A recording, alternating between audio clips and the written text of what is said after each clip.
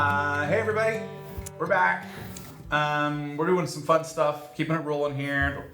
Organically Grown Wine Conference with the Organically Grown Grape Network, which was apparently the coolest coffee group that was turning this thing. Yeah.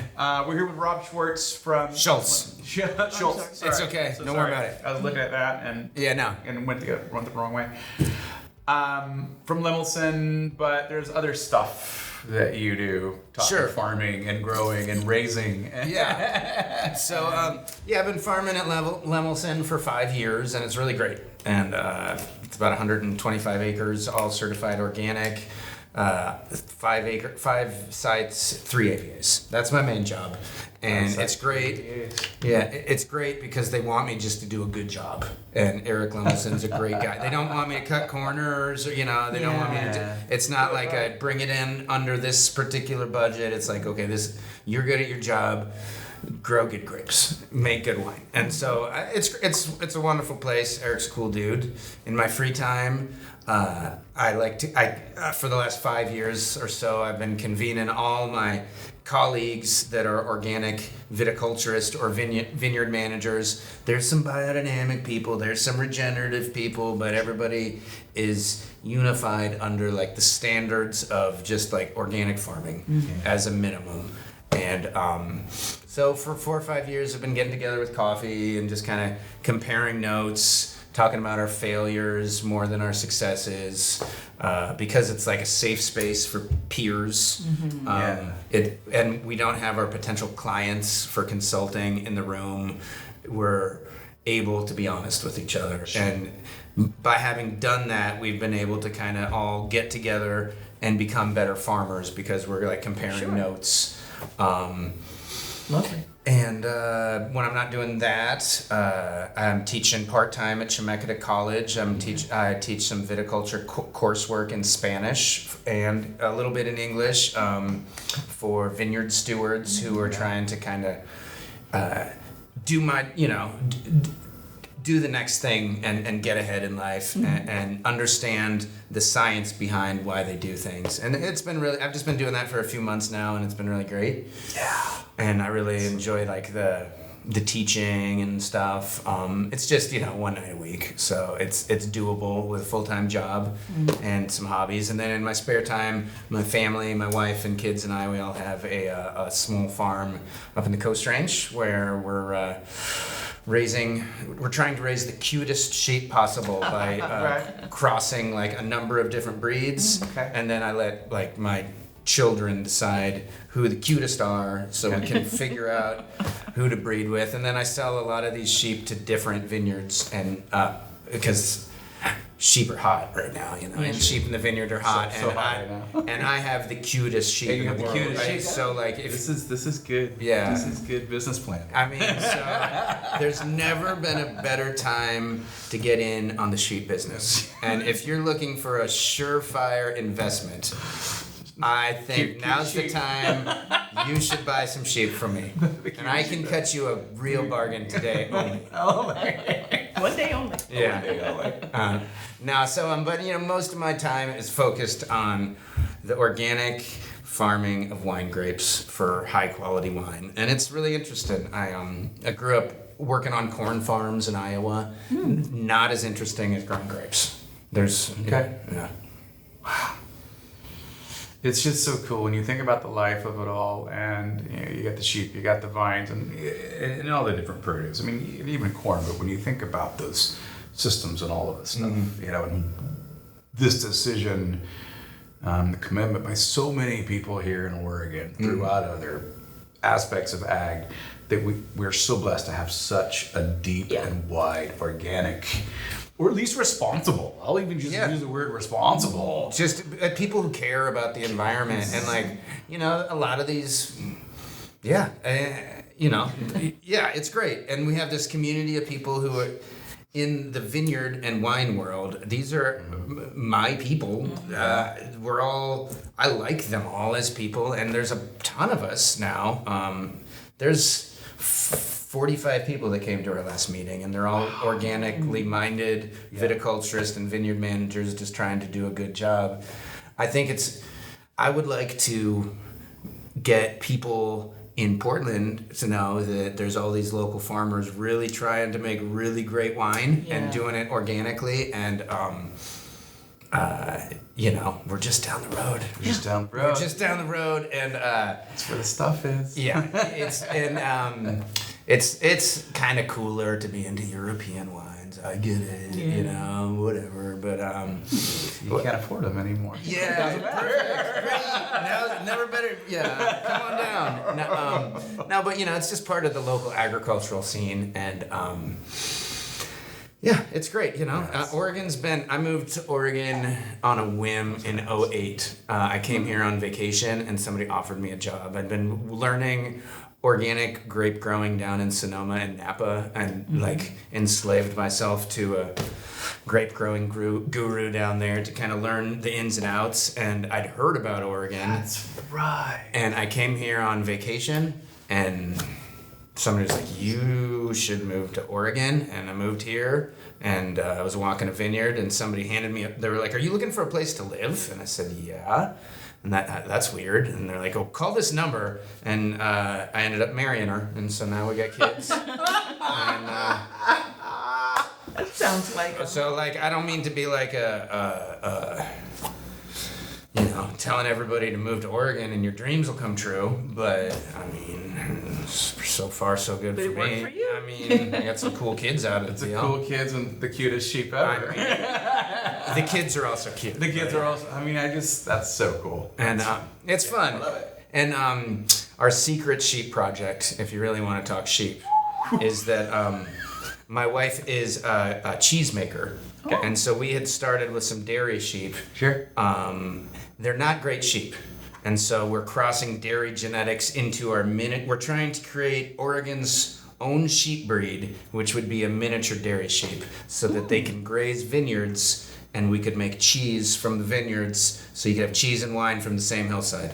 That's my life goal. That is Wow. pretty cool. I will say. That's pretty rad. And they're really cute. And I have 22 pregnant ewes, and I wanted to bring some babies to the party, and they're not giving birth, and I'm feeding them extra, and it's not helping. So I don't know. And equinox and everything. Everything. It's like all this Come stuff. on. Do you ever bring them to the tasting room? Or No, I don't. No. I don't have the business of renting and moving my sheep around. Right, That's right. people do that. The sheep who are here today Right. move from vineyard to vineyard, Right. mowing for them. No, I've tried to convince Eric Lemelson a couple times that we should have my sheep by the tasting room, because that'll get tourists there, because they're so cute. They're gonna want to stop, and then they're gonna want to buy wine. But I haven't so far. I'm not the most persuasive person. So The disco ball with the baby lambs for Lamapalooza. Nathan's rocking it, but it's working. it's pretty cool. I think it'd be cool. All these vineyards that have their own sheep flocks. If we had a lamb beauty contest, so that who's the cutest sheep? You heard it. I'm writing it down. I'm recording. I'm all ideas. I I'm love it. very little action, but. I remember when it was every winery's cellar had the ping pong table. Oh. And it was ping pong was the hot. It was the underground thing was the ping pong, especially out here in the valley. Oh, I missed that one. And We do have a ping pong table though, so now apparently it's gonna be sheep. Sheep. It's Yeah, sheep. It's definitely sheep. Sheep. It's the sheep, man. It's the future. Sheep are the future, and And a sheep beauty contest. I like it. I like it. why yeah. And I'll write an email to Mr. Lemelson and say, when I come out, that'd be really nice if I saw not? You know what's some sheep. missing? We're We're gonna change. I need more cowbell too. Yeah. I need sheep. sheep with bells Yeah, I too. need sheep. Yeah. Because now sheep are just kind of like a little hobby. Mostly I focus on the grapes and Oh, sure. and the farming and being a good farmer, respecting the land, and it's one of those really cool positive feedback loops. The more you treat the land with respect, the more your wine tastes better. Yes. And so, and as an organic grower, I try and I've got my theories as to why organic wine made from organic grapes tastes better. And I think one of the things I've noticed in that a lot of the things that we do, and not just on the hand labor, but also because we do have to spray to prevent powdery mildew, a lot of the stuff that I end up using in my potions impact the vine's own immune system, and the immune system, when it's triggered, it produces more phenols, more of the things that give it a bigger mouthfeel. Quercetin, certain tannins that when the vine thinks it's under microbiological attack, it produces compounds. Now, it doesn't have the ability to protect itself wholly from powdery mildew on its own if I trigger it, but to an extent, it does help prevent disease, and it's making like a more intensely tasted berry. So, and then because we depend on softer chemistries to prevent powdery mildew, we have to do more hand-on canopy management, exposing the grapes to more sunlight. You can't rest on your laurels and use an expensive chemistry to keep your grapes clean in organic farming, but that means that you just have to be better. So you're getting better grapes, and then all these fancy chemistries that people are spraying on their grapes outside of organically grown stuff, that does end up in the glass. It's you're spraying these chemicals that are designed to permeate all the tissue of these plants. That means the grapes too. That stuff doesn't disappear. They don't wash the grapes before they turn it into wine. And so... And anything else along the way. Yeah. Like it's in the ground. It's on the grass. It's everywhere. It's all the stuff. It's in the creek and the river that's down the thing from the, and now that stupid Surgeon General is talking about how alcohol causes cancer. Well, maybe if you spray it with Roundup.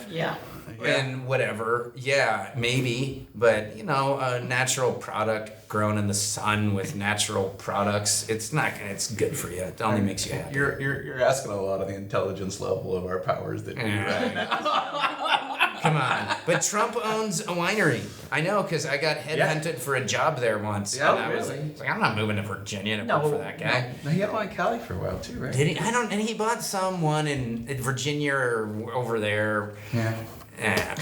Put his name on it. Back over there, not on the West Coast. So. Whatever. Over there. I mean, outside the Willamette Valley, Rogue is cool, but I don't even. California don't even count anymore. Oregon only.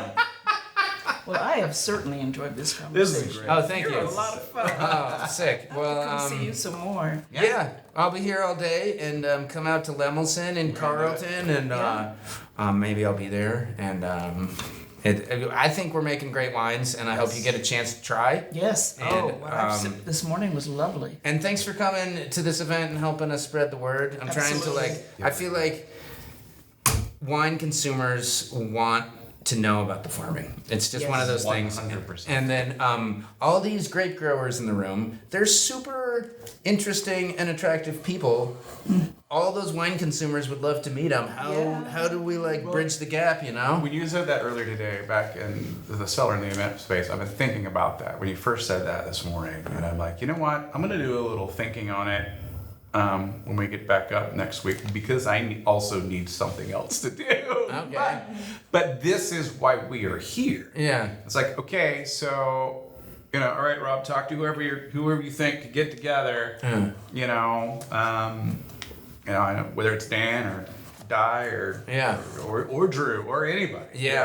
Anybody that's sitting out there right now. Although everybody you mentioned is interested. And it's just like, all right, come on up to Portland and go talk to those people so people can get connected. I'm like, look, y'all, it is an hour out that way, and it's where your stuff comes from. Yeah. Man. And people want to know. I mean, it's like I said earlier today, people now more than ever I've known in 30 plus years of food and wine, they want to know the story. They want to be connected to the people. They want to know about the growing. They want to meet that person. They want, how is it being handled? Are you doing the right thing? The generations that wants organic understand more. Well, I think that'd be great. And I don't know how to do it, but this is a good first step. And we can keep in contact. And it's awesome. So, whatever I can do to help, let me know. Cool. Same. We'll just keep moving. All right. It was so nice to meet you. Nice to meet you. Thank you, Rob. Appreciate it. Thank you guys. Yeah. Cool. Sweet. All right.